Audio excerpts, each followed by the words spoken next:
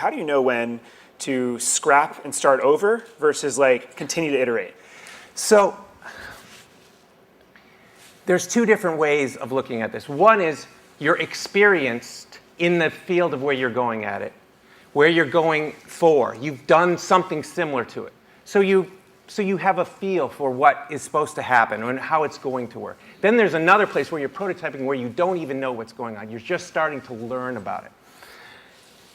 In the first case, you can usually sense it. It's a gut. You have experience. You know how far you can take it.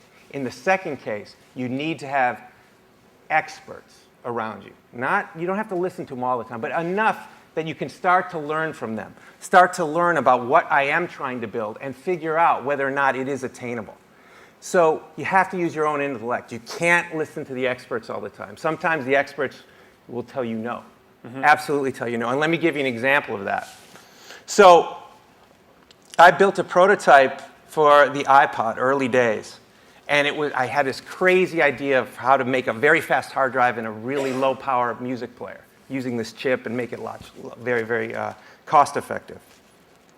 And I looked at everything and I prototyped and I go, well, it seems like it's working. It looks like it's working fine. But I really didn't know enough about this protocol, this certain thing. So I said, I'm going to call in an expert. And I called an expert from another part of Apple who'd never seen the project because it was super secret. And they came over, and I described what I was trying to do, and I talked about why I thought it worked, and all this stuff. And the expert goes, that'll never work. It'll absolutely never work. This is crazy. It's the stupidest idea I've ever heard. I said, well, it's right here. It works. It's working just fine.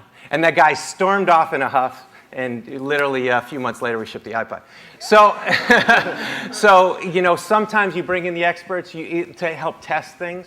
But like we heard with some of the previous presentations, when you actually make somebody really upset, you might be on the right track.